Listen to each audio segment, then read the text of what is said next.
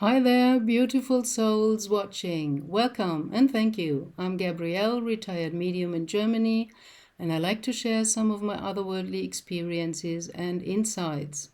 So, this one is about another experience at the Bosnian pyramids, which I have not shared up to today, but my guides nudged me to do it, although I'm not totally understanding the whole kind of thing that happened to me.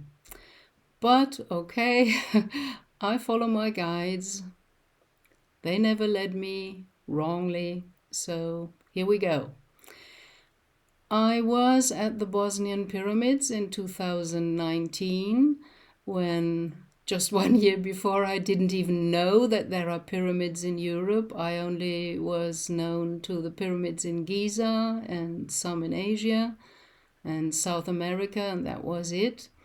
So Bosnia wasn't that far away, and some friends invited me, so we went there and spent some time there.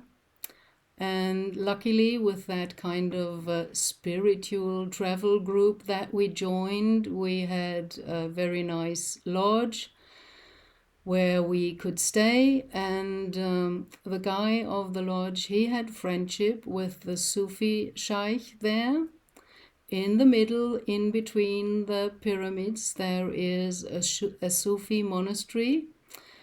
And he also had friendship with Dr. Sam Osmanagic, who is leading the excavations and everything around the Bosnian pyramids. And that guy really knows a lot. I admire him. Dr. Sam, you're a great soul. Thank you for everything you share. And we could enter the tunnels under the pyramids at night and stay there, do meditation or some toning and singing, and also kind of perception exercises, although they weren't classified as that. There were some moments when the guy leading the tour switched off the light and we all sat in total darkness. So you could do this in front of your eyes, and only because you felt you moving your arm, you knew you did it. But there was just nothing to perceive because it was pitch black. And that is also, how to call that? It is part of ancient initiation rites that by sense deprivation, sitting in darkness, in pitch black surrounding, like going into a sarcophagus, for example, in the Giza pyramids, and stay there for one night in pitch black dark, you kind of switch on your third eye. Not always, but mostly that happens because the kind of deprivation from the senses, where there is nothing you can be busy with, you kind of turn inside automatically after a while, and the inner vision, the inner eye starts. So that was very interesting, sitting in the pitch black darkness in the tunnels, and I had a few experiences. Some I already shared, like encountering a dragon there in the tunnels. And another thing that happened on another day, sitting in the dark tunnels when the guy switched off the light, was that I suddenly found myself in another location. And it was a really big cave, and it was not dark. It wasn't the tunnels under the Bosnian pyramids. I was somewhere else. This I knew and felt. And it wasn't cold. It was kind of modestly in temperature. So I suppose it was in a warm country. So that's all I know about that.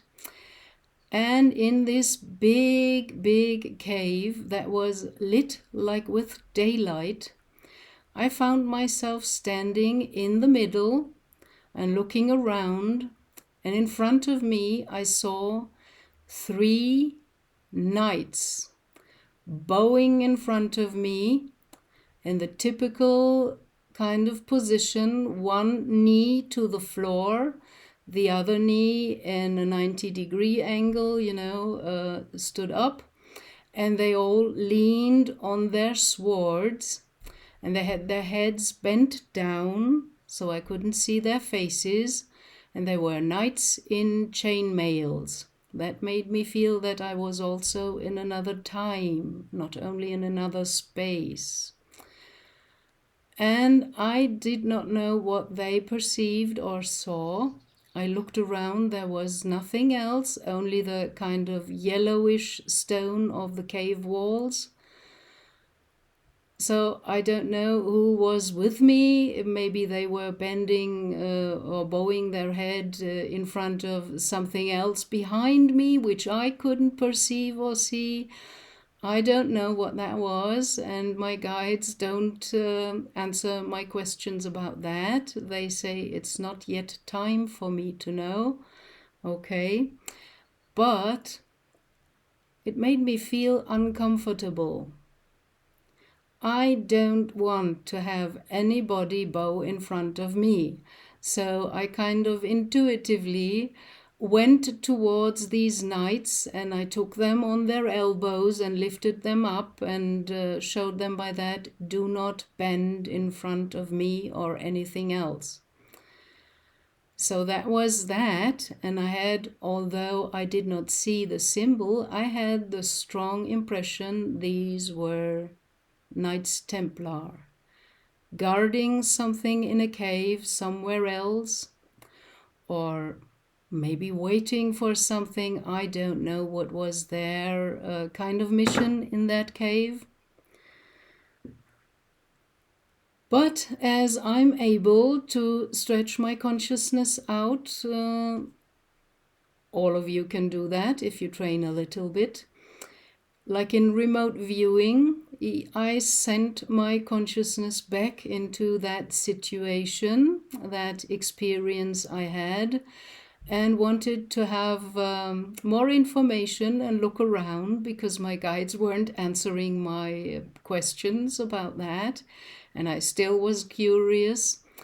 And so I flew around in the cave, and there was really no one else and nothing else but these 3 knights.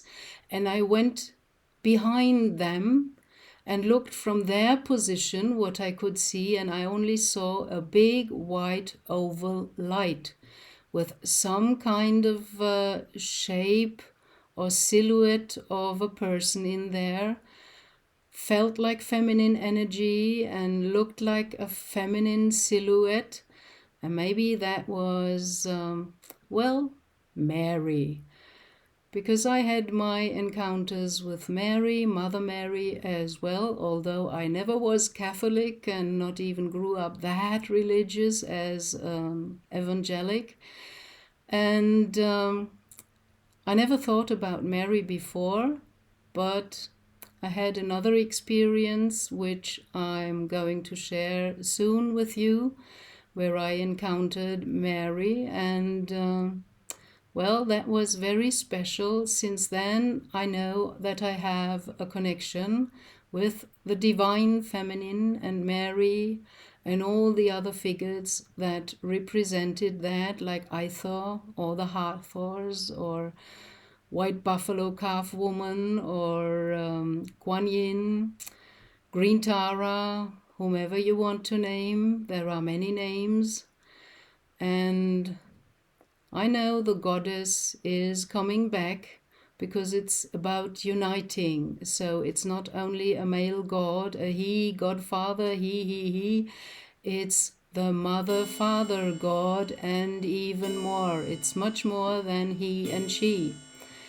And I like to share, as my clock chimes, with a joke that I really love because it's shattering all our false opinions and views. So here we go. A man died from a heart attack, very sudden, and the family rushed to bring him to the hospital, and they were able to reanimate him. And of course, when he was back, all the family and friends came and they asked him, "Did you see God? Did you reach heaven? What happened? Tell us."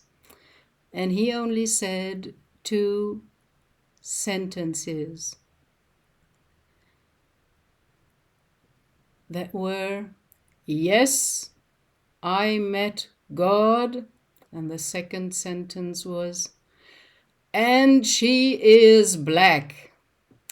And I love that because we tend to assume that God and the sentence that we are made in the image of God means this human form. And I don't think it's like that. And we tend to assume, mostly the men, that God is a he. What do you think a cow would assume about her God? That would be a cow. Certainly, only bigger and more beautiful and shining and full of light and whatever. And even a dog would assume that its God is a bigger dog, a brighter, shining, beautiful, wonderful dog. We project what we think and assume about ourselves to the outside automatically without noticing it. We don't perceive the world as it is. We project ourselves outside, and what we perceive is just ourselves. And sometimes that's really funny because, well, I gave you some exemplary ideas about that what you see might be just a reflection of yourself. So this is what I wanted to share today. Thank you for watching, beautiful souls. Much love, compassion, blessings, love and light to you and onto your soul path. Bye.